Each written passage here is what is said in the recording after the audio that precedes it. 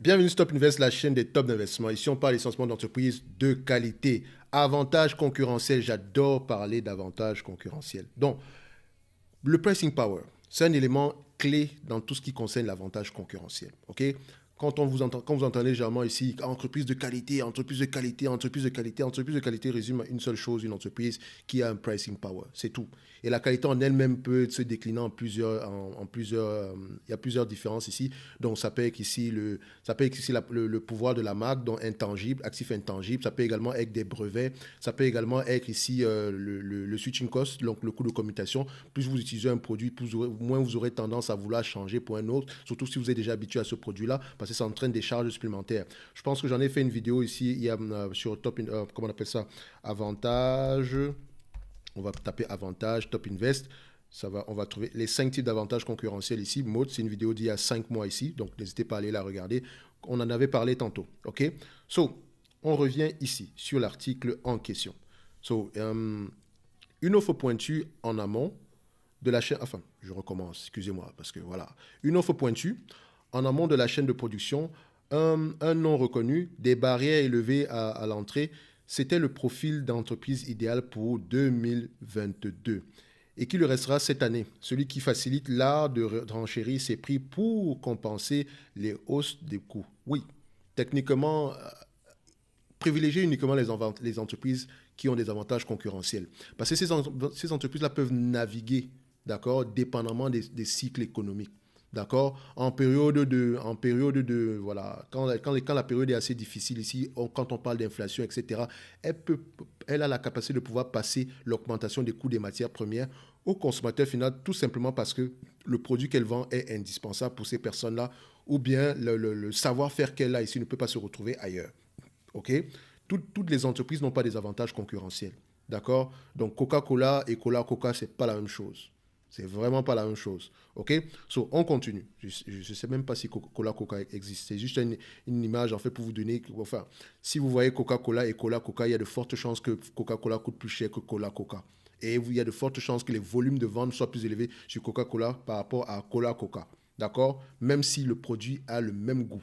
OK? So, cas exemplaire dans l'industrie, Imeris produit des spécialités minérales incontournables pour des filières à fort potentiel de croissance comme celle du véhicule électrique. En même temps, l'offre du groupe représente une faible part des coûts de ses clients qui acceptent donc plus facilement une hausse des tarifs. Et c'est important. C'est pour ça que je pose toujours la question de savoir, je ne sais pas si je l'ai souvent mentionné, je suis sûr que je l'ai souvent mentionné dans certaines vidéos. Quand une entreprise vend un produit à un client, c'est pour ça que c'est important de connaître les clients de l'entreprise. Posez-vous la question, c'est que en termes de dépenses, cette entreprise-là, surtout si c'est un produit qui est utile pour pouvoir fabriquer un autre produit, d'accord? So, quand mon client achète mon produit, quel est le pourcentage de dépenses allouées à l'achat de mon produit par mon client? Si ce pourcentage-là est infime, ça veut dire que j'ai un certain pricing power. Non seulement je suis indispensable, mais également je sais qu'en augmentant les prix, la charge ne sera pas si élevée que ça. Pourtant, j'ai un produit indispensable. Et il vous souvient qu'on aime bien la compagnie qu'on appelle Imeris, qu'on a étudié également plusieurs fois. Et c'est une entreprise qu'on aime depuis plusieurs mois ici. Parce que je vous ai souvent dit que quand vous regardez les rapports financiers, vous commencez à voir vous commencez à développer certains automatismes. Il y a certaines choses qui reviennent. Une entreprise qualitative a généralement tendance à avoir des marges stables. D'accord? Il peut avoir parfois certains zigzags, mais il y a toujours une bonne raison derrière. Depuis la première vidéo sur Emeris ici, c'est une entreprise que j'aime bien. OK? So, on revient ici. En élargissant, on retient habituellement comme activité apte à bien piloter leur prix l'immobilier, la pharmacie, les logiciels, le luxe, l'alimentation, les spiritueux et les matériaux. L'immobilier, généralement, ici, oui, techniquement, quel est l'avantage compétitif ici au niveau de l'immobilier ici? Bah, si je ne me trompe pas, avantage compétitif, bah, ça peut être non, je pense que le nom, ça ne me vient pas directement ici. Ça peut être également coût de production. Non, pas coût de production. La pharmacie également, la pharmacie, c'est surtout les coûts d'exploitation. Donc, il faut avoir les coûts d'exploitation les plus bas du marché. Généralement, il faut être très, très efficient parce que ça reste, ça reste également de la vente au détail. Mais quoique c'est la vente au détail spécialisée, tout le monde ne peut pas ouvrir une pharmacie. Donc, quand vous avez une chaîne de pharmacie ici, c'est-à-dire que le gouvernement également vous octroie généralement le droit d'opérer ce genre de business-là. Mais attention, il octroie également ce droit-là à plusieurs plusieurs personnes.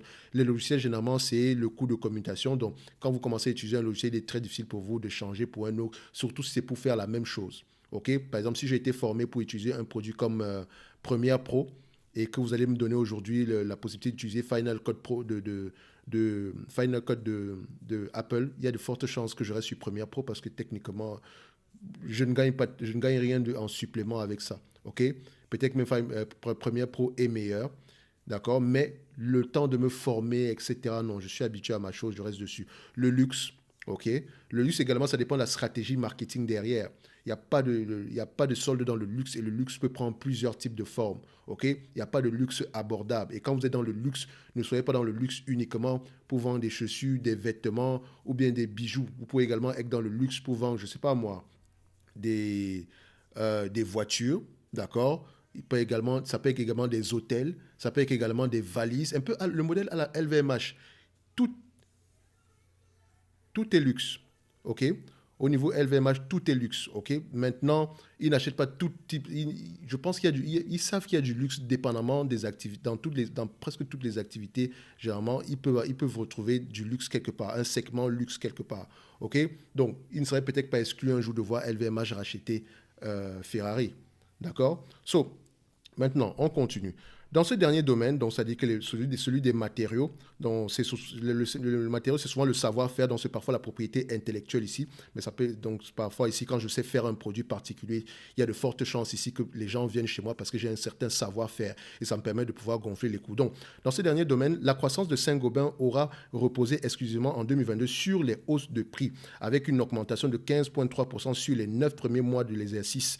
Donc, vous avez vu ici également, on aimait bien Saint-Gobain. Je sais pas si je vous dis que c'est Saint-Gobain, ce n'est pas une entreprise que j'aimais particulièrement au début, de très loin, parce que je sais que c'est très lié également au segment de la construction, rénovation, etc.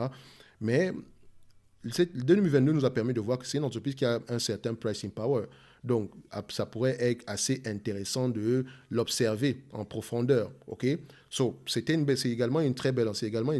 On a fait 3 vidéos dessus, donc les risques, etc. Donc, ça reste une très belle entreprise. Donc, ils ont un certain pricing power, même en période difficile. OK? Mais le segment final ici, s'il tend à ralentir, ils ont également tendance à ralentir eux-mêmes. OK? Parce que c'est également lié au taux d'intérêt ici. Mais n'oubliez pas, à la fin de la journée, ça reste juste temporaire. À long terme, on peut s'en sortir. So, on continue ici, Saint-Gobain, donc chiffre d'affaires, donc on continue l'exercice, premier mois de l'année de l'exercice.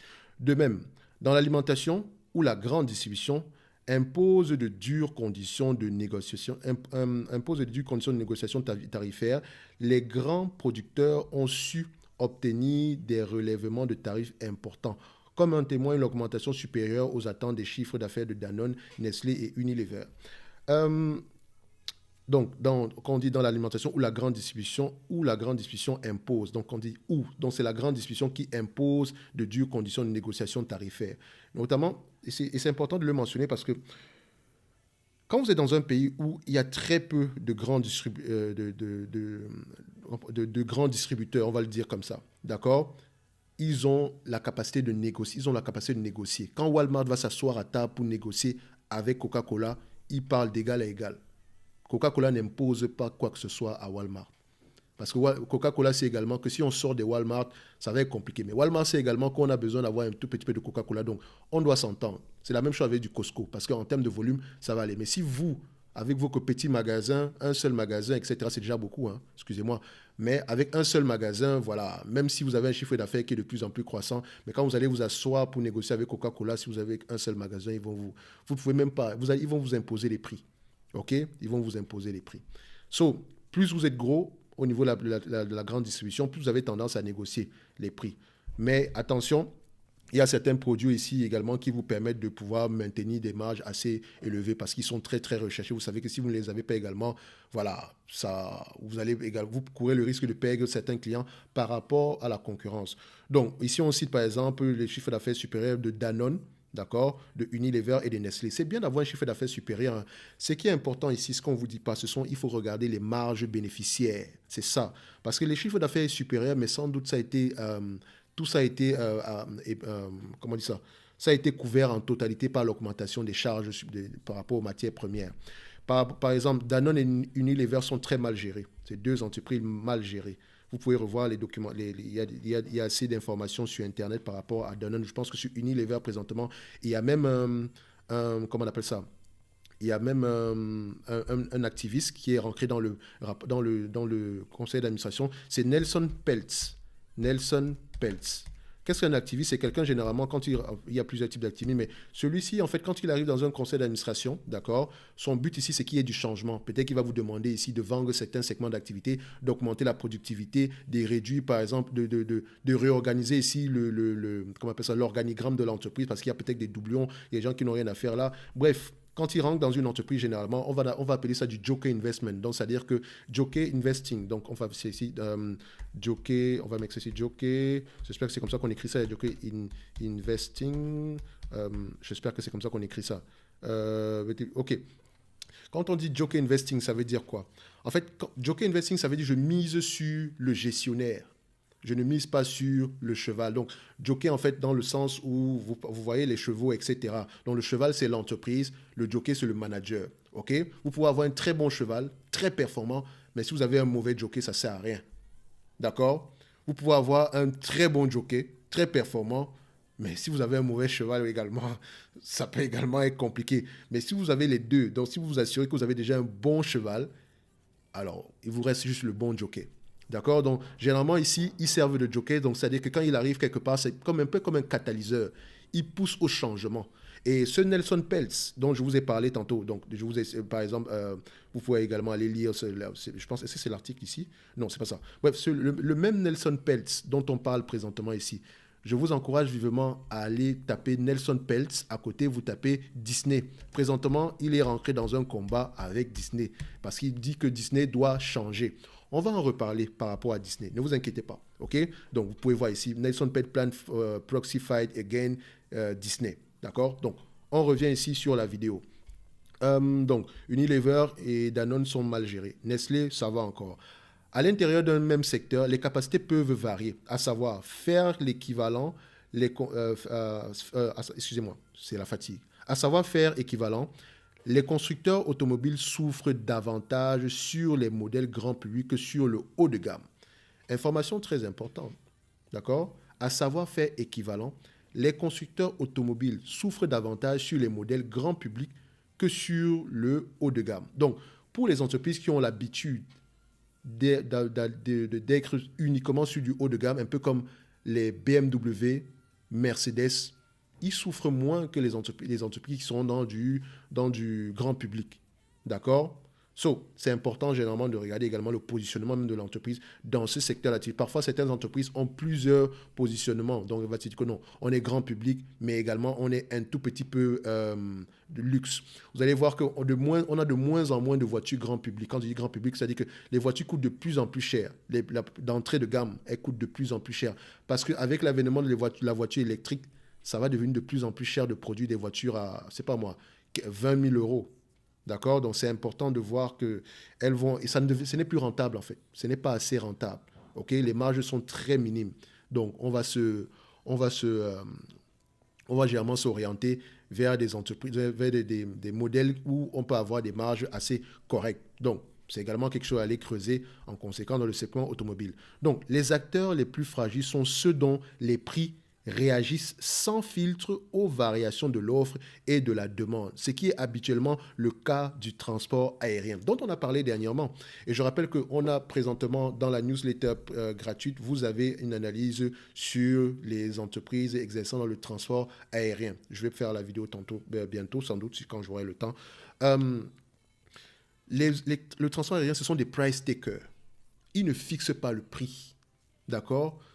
Généralement, quand la période est basse, les prix auront tendance à être, on n'a pas le choix, on doit remplir ces avions-là parce que ça coûte cher d'immobiliser un avion. D'accord? Ça coûte cher d'immobiliser un avion. Dites-vous que dans ce domaine, comme je vous l'ai expliqué, tantôt sur les dernières vidéos ici, je vous ai dit que dans ce domaine-là, ce sont les coûts de production qui sont importants. Les coûts d'exploitation. Vous devez avoir les coûts d'exploitation les plus bas du marché. D'accord? C'est pour ça que les entreprises qui ont les marges les plus élevées dans ce domaine, vous allez voir, je prends simple, je vais fermer ça comme ça. Donc, je prends ici Ryanair. Quand je prends Ryanair, je positionne Ryanair là. Je vais peut-être prendre, comment on appelle ça? Je prends ici margin, en net margin ici, en termes de pourcentage, même si on aura tendance à avoir des marges moins élevées sur les la période de Covid ici. Je vais prendre Air France. Air France, ok. Vous voyez que ça va. Air France en violet, donc je vais peut-être mettre ça ici en histogramme. Et Ryanair, je vais peut-être mettre ça comme ça. Vous voyez? Ryanair a généralement gagné de l'argent à chaque fois. D'accord? Ici, vous constatez que par rapport à la pandémie, tout le monde a perdu de l'argent. C'est normal. Mais les entreprises comme Air France ne gagnent pas déjà beaucoup d'argent à la base. OK? Et quand on va prendre également ici une entreprise comme American Airlines, d'accord? Vous allez voir que c'est pas loin de la même chose. Dans la ligne en orange, c'est pas loin de la même chose. Quand on ferme ça, c'est pas loin de la même chose. OK? Mais quand vous allez prendre une entreprise comme Southwest, et comme je vous l'ai dit, Southwest Airlines, ce sont les coûts de production. Donc, quand vous allez prendre par exemple Southwest Airlines, donc je ferme American Airlines, vous voyez que là, on peut peut-être parler à égal, d'accord? Quand vous allez prendre par exemple une entreprise comme Jet2, je vous en ai parlé, personne n'a regardé la vidéo, d'accord? Jet2, on peut parler d'égal à égal d'une certaine façon. Et Jet2 a même encore des marges moins élevées avec une dette nette, avec du cash net. D'accord? Ils ont des marges moins élevées avec du cash net. D'accord? So, faites attention. C'est dépendamment des entités, dépendamment des entreprises ici, dépendamment des secteurs, les avantages concurrentiels sont différents. D'accord? Donc, donc on continue pour terminer. Une fois n'est pas coutume, toutefois, les compagnies aériennes ont pu passer des hausses de tarifs en 2022 et reconstituer leur bilan. Oui, on en a parlé pour ceux qui sont ceux qui ont reçu la newsletter par rapport à l'analyse sectorielle. Vous savez ce que j'ai dit par rapport à ce sujet-là. Vous pouvez également aller vérifier. D'accord? Elles ont pu passer le prix de l'augmentation du prix de la commodité ici, etc. Non seulement parce que les volumes sont élevés, parce qu'on s'est également rendu compte que les habitudes de consommation ont changé. Le Covid a changé beaucoup de choses, hein. Les habitudes de consommation ont changé énormément, surtout avec le travail hybride. Le travail hybride, il y a un nouveau terme qui est sorti qu'on appelle bleisure. Bleisure, ça veut dire, quand on met bleisure, ça veut dire business and leisure. Donc, bleisure. Bleisure. D'accord? Donc, c'est la nouvelle tendance du tourisme. Donc, on fait des voyages d'affaires, mais en même temps, on mixe ça avec un peu de tourisme derrière. Donc, d'accord? Ça fait du bien à tout le monde. Les hôtels, les voyagistes, les compagnies aériennes. Mais dans un environnement où, où le niveau d'inflation est à un niveau assez gérable. Parce que sinon, ça vide les poches des voyageurs. OK? Donc, en termes à la fin de la journée, quand on parle d'avantages concurrentiels, on recherche avant tout des entreprises qui ont un pricing power. Et le pricing power peut avoir plusieurs déclinaisons. D'accord? Si vous avez, par exemple, si vous êtes dans le niveau, si c'est un actif intangible, c'est l'augmentation des prix. D'accord? Si c'est un actif ici, si c'est à peu près votre pricing power ici, c'est le coût de communication ou bien le switching cost, vous pouvez également augmenter le prix. Si également c'est comment on appelle ça? Les économies d'échelle, c'est-à-dire que vous pouvez également augmenter, vous jouez beaucoup sur les volumes, donc non seulement c'est l'efficience, mais également vous pouvez également augmenter les prix. Je pense que le pricing power où il n'y a pas généralement une augmentation des prix, c'est généralement le pricing power pour ceux qui ont... non, c'est généralement l'avantage concurrentiel l'avantage concurrentiel où on n'a pas un pricing power, généralement, c'est l'avantage concurrentiel dans lequel on doit plutôt se concentrer sur la gestion des coûts d'exploitation. D'accord? Et également sur la gestion des coûts de production. Parce que ce n'est pas nous qui fixons le prix. Dans les industries où on ne fixe pas le prix, où le prix est décidé par la variation de la commodité, le prix fluctue, d'accord, dépendamment de l'offre et la demande. On n'a pas le choix que d'être soit l'entreprise la plus efficiente du domaine, ou l'entreprise ayant les coûts de production les plus bas du domaine. Généralement, vous allez voir ça dans les compagnies ici qui sont les compagnies minières. Bref, j'ai essayé de faire un tour d'horizon ici de ce qu'on appelle vaguement ici pricing power. Tout le monde n'a pas un pricing power. Tout le monde ne l'a pas. D'accord? Le pricing power de LVMH ne ressemble pas au pricing power de Kering. LVMH peut avoir un pricing power bien plus élevé que Kering. Hermès a un pricing power bien plus élevé que LVMH segment Louis Vuitton segment fashion. D'accord? Christian Dior, c'est à peu près la même chose, même si je pense que Christian Dior je pense qu'il appartient à LVMH, si je ne me trompe pas. Bref, Faites attention. Vous pouvez faire la même chose, mais vous ne le faites pas de la même façon. OK? So, il faut toujours aller comparer les mêmes choses. Par exemple, je mets toujours l'exemple ici. Quand vous comparez Air Liquide avec Linde et Air Product, vous allez voir que Air Liquide a les marges les moins élevées parmi tous les deux, ces deux concurrents. D'accord? Donc, parmi les trois entreprises, LVMH, excusez-moi, Air Liquide a les marges les moins élevées. Pourquoi? C'est la question qu'il faut qu'on se pose. Pourquoi est-ce que Air Liquide a les marges les moins élevées? Est-ce qu'elle fait la même chose de manière différente? Ou bien c'est sa stratégie d'investissement ici pour gagner des parts de marché? Ou bien elle prévoit également augmenter ces marges-là? J'en ai parlé très souvent quand j'ai fait l'analyse ici de Linde. D'accord? Je ne vais pas revenir, même si j'ai déjà brossé le sujet ici. Donc, si vous tapez Linde ici ou bien APD, Egg Product et machin, vous allez retrouver la vidéo en question. Donc, je vais m'arrêter là. D'accord? Sur ce terme pricing power, qui est très souvent galvaudé ici, il faut faire attention. Tout le monde n'a pas un pricing power et tout le monde n'a pas le même pricing power. Même quand vous pensez l'avoir, vous ne l'avez peut-être pas de la même façon que les autres. D'accord? So, le pricing power sert généralement à pouvoir passer justement l'augmentation des coûts de production au consommateur final sans que ça n'impacte les volumes. D'accord? C'est important. On va se donner rendez-vous sur la prochaine vidéo et d'ici là, portez-vous bien. Merci.